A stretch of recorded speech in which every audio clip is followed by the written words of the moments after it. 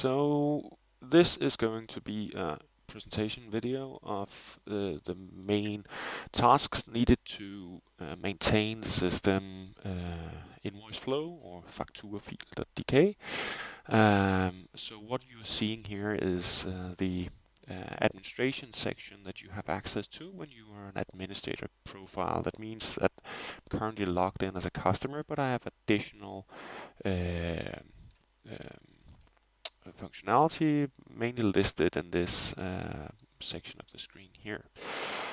Um, what is the main feature is the maintenance takes place in this menu point called files with errors. And if I click there, I can see all the files that needs to be handled at the moment. So continuously new files will come into the system, and we need to maintain the templates and create new templates for extracting the invoice data.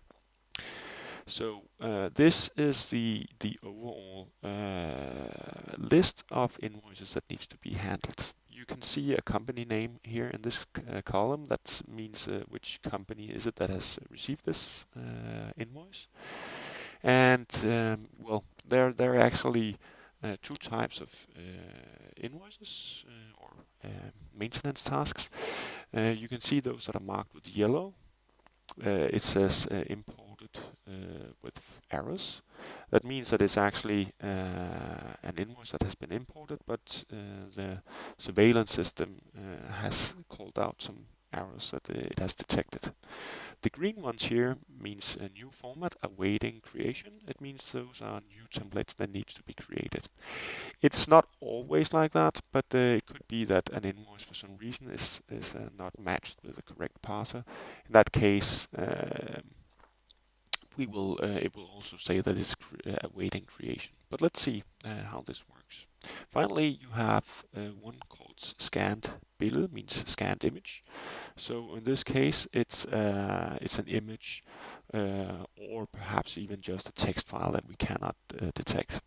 So immediately when I look into this column, I can see that it's text HTML and we do not support that. So I can dismiss this as not being an invoice, but it's probably, as I can see, it says body. It's probably the body of an email instead. So all I need to do is check mark this, and down from the options menu here, I can change the status to undersøgt af fakturafil bliver ikke importeret. It means examined by fakturafil will not get imported. And once I've changed the status, it will be removed from this list. Okay, so what I basically do is work from the list from below and going upwards during this. So I can see that the next one in line here is awaiting creation. So this is supposed to be a new format. So I click the new parser point here, and I see two parts here. I see right side, which is a preview of the document, and I see the working area where I will identify the distributor and I will create the parser that's needed for it. Okay, immediately I see from this that it's called betalingsadvisering, or in other words, it means payment advising. So this is actually not an invoice, so I can disqualify this. So what I need to do is go back, so I'm gonna click my files with errors. I can mark this, so you can see now it's not even the latest one. We just changed from 19 till 20. So I know this is number 19, and I will set the status to this one called file is not an invoice. It's an account statement, or in this case, it's a payment statement. So I'm going to change that. And I only use those two statuses.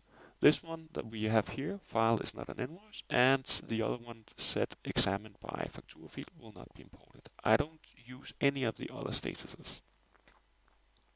Okay, so we had a new one called Café Blåskov. I'm gonna skip that one because you will not have it in the test database that is created for you. So I'm gonna jump onto this Moskær, the next one here. going to create a new parser for this one, and I'm looking at it, and I can see instantly, well, it's not an invoice. Well, I don't know what it is, but it's probably just some kind of added info about what was done. An explanation perhaps to the invoice. So I'm going to mark that one and also say examined by fakturafil does not get imported. And we are on to the next one. This is from Baby Gear. I can see that it says it's from Lomax, the distributor, and it is imported with an error. So apparently there's an error.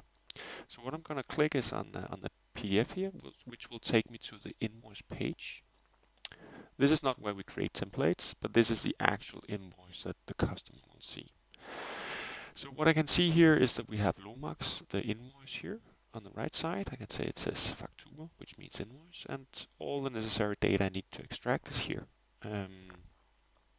So on the left side, I can see the data that's extracted, but most importantly, this column here that has all these green ones, those are the only one I need to focus on. Well, and plus the amounts.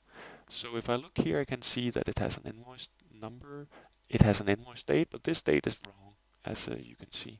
And it has a due date, it has an FI number, and it has some currency, and I can see that it's an invoice. So all the information that we need is actually more or less presented, but in this case there's an error. The error is that this is wrong. But it's actually not much info we need to extract from each invoice. We only need the invoice number, the invoice date. If there is a due date, we need it. And we need some kind of payment. And the payment can be either this FI number, this is a very Danish thing. It could be bank account, or it could be a Swift IBAN, which is international payment. So once we have a due date, we always need some kind of payment info, and it can be just one of the three, either the FI number, the bank account, or the Swift IBAN.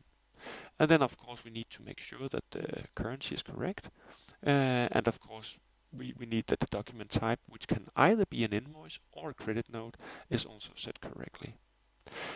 Then in the sum, we need to make sure that there's a VAT, MOMS means VAT, and the total including that is also extracted. So these are basically all the information we need to extract from the invoice. There are of course special cases. But to make it easier, we have a validation system, and in this case, you will always be able to see which kind of error has occurred. So in this case, it says the import met the following errors. And here you can see in English, it says error saving invoice could not verify invoice date. So fully correctly, it is the 1st of January 1970, it is not correct. So what I'm going to do is I can examine this parser that is extracting the data. But I know from experience that what is wrong is it has problem recognizing this up here. So I'm just going to manually fix this one. So what I need to do is to insert this date, and I do this by saying edit, which is this redigere. It opens up the invoice fields, and I can punch in that it's 12th of April 2016, and I can say save, and it's done. What I need to do now is, since I've punched in new information here, I need to reapply the rules. That's this button out here, genanvend regler. And that will reapply all the rules that's needed for inserting the correct values in the other fields over here. And you can see that the warning disappeared, and we can now see that the status is awaiting approval. So basically, this is now ready for further process. If I go back to my files with errors, I can see that it has disappeared since there's no more error on it. Okay, the next one is global tool. What you can see here, if you look at this one and all those up to here, the file name seems to be identical. So probably when I fix this one from global tool, I will also get all the other ones fixed for free.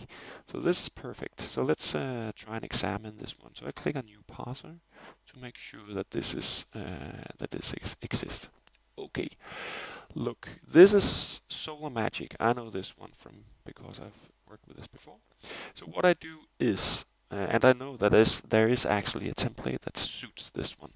So what I'm going to do, the normal process will be that I start typing solar, and as you can see, once I hit the third letter, it will come up with suggestions for distributors that we already know.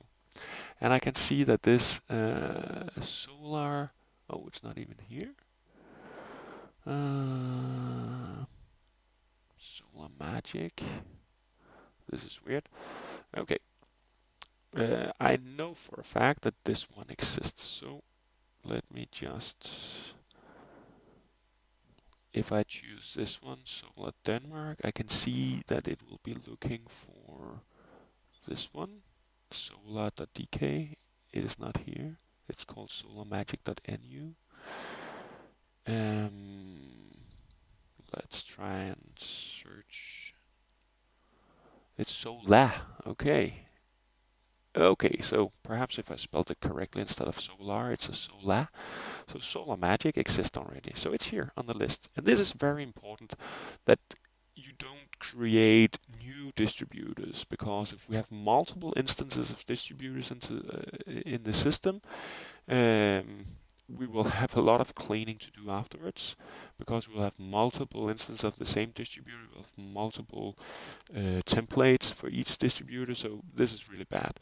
So it's really important that we try and figure out if this one exists already. Okay, but I found the one that's interested. And what I can see here is that it has a template. That's the one that's listed here. So why did it not recognize this? If it had recognized this, it would have indicated it with a company name up here. Uh, so for some reason, it is not able to detect these keywords that identifies the distributor.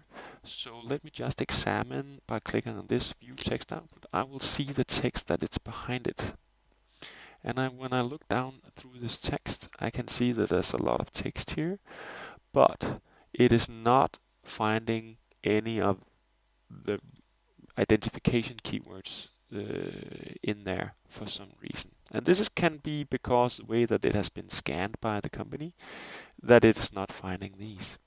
So what we should probably do is, I'm looking for, this is the IBAN number I can see, and I can see that down in the right here, but it is not part of the text because it's probably inserted as an image. So I have no way of identifying this because the the company inserted this as an image. So what I'm going to do is basically run an OCR conversion of the template. And the way I do this is go back to my overview. I'm going to take this one from Global 2, mark it, and use the button Run OCR. So this is going to take the original template that we received, and it's going to convert it. And as you can see, it basically, after it was converted, it identified the correct parser and ran the import again, and everything was fine. So what I'm going to do is basically apply the same thing for the rest here, just to not overstress the OCR. And we're gonna do like just 3 of the time. Um, And well, you need to know that we pay money every time we run the OCR. It's a per usage license that we pay, so there's a small cost involved in this. So that's why we don't do it with everything. And as you can see, basically all of these documents are being converted nicely. Oops, I just ran an import. That was not what I intended. Um, the import basically runs the import, and it will just fail again with this. Okay, you can see now we hear that there's a new one that says Aufwender import. It means awaiting import. It's a temporary status that this file has because it's during the import process. So it will probably disappear next time I refresh this page. So I'm gonna run an OCR on these two files.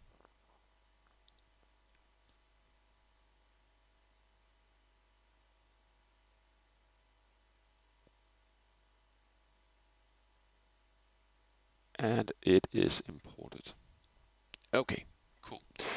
So the next one is Infomedia House up here, and I can see that it is it's an invoice, and there's an error. So if I click on the file name here, I will go to the invoice and I'll get a notification of what is wrong here. So you can see that basically it's saying the sum ex VAT is higher than sum including VAT, and yes, that is correct. I can see that it is extracted minus 19, but I can also see that the total is 0. And if I check with the invoice, yes, the total is actually 0. So from this standpoint, it is actually correct. So it's just because the invoice is weird invoice. I mean, you can see that there are numbers here, but for some reason it's not going to put in minus 19 something something, but it is 0. And we are not trying to really correct invoices. We only extract the data that's there. So all I need to do now, I've done a manual verification that this is correct. All I need to do is say reapply rules. This will basically remove the error message and assume that it is correct. And then it's up to the customer to basically handle this. And you can see that it says awaiting approval, so it's actually further on into the process, but not with our error handling anymore. Okay, so the next one is Udfix, and let's take that.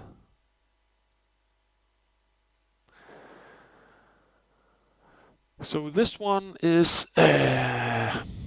it's an invoice.